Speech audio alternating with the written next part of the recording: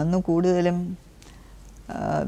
നാമജപങ്ങളും വേദജപങ്ങളും അതിലുമൊക്കെ തന്നെയാണ് ശ്രദ്ധ വളരെ കൂടുതൽ കേന്ദ്രീകരിച്ചിരുന്നത്. ഇന്ന് അത് ഭംഗിയായിട്ട് നടക്കുന്നുണ്ടെന്നതിൽ വലിയ ആശ്വാസമുണ്ട്, ചാരിതാർത്ഥ്യവുമുണ്ട്. ഇന്നും ജപഭാഗങ്ങളൊക്കെ വളരെ നല്ല രീതിയിൽ തന്നെ നടക്കുന്നു. ത്രിവേദ പദ്ധതിയാണിപ്പോൾ.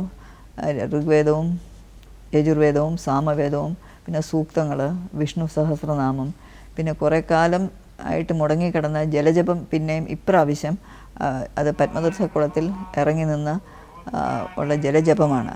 അപ്പോൾ അതും തിരിച്ച് പുനഃസ്ഥാപിച്ചതിലൊക്കെ സന്തോഷമുണ്ട്. പിന്നെ ഇല്യൂമിനേഷൻ, ദീപാലങ്കാരങ്ങൾ, അതെല്ലാ പ്രാവശ്യവും ഉണ്ട്. പിന്നെ അത് ഓരോ പ്രാവശ്യവും ഓരോരുത്തരുടെ ഇഷ്ടം പോലെയാണ് ഭംഗിയുമൊക്കെ നമുക്ക് പറയാമെന്നുള്ളത്.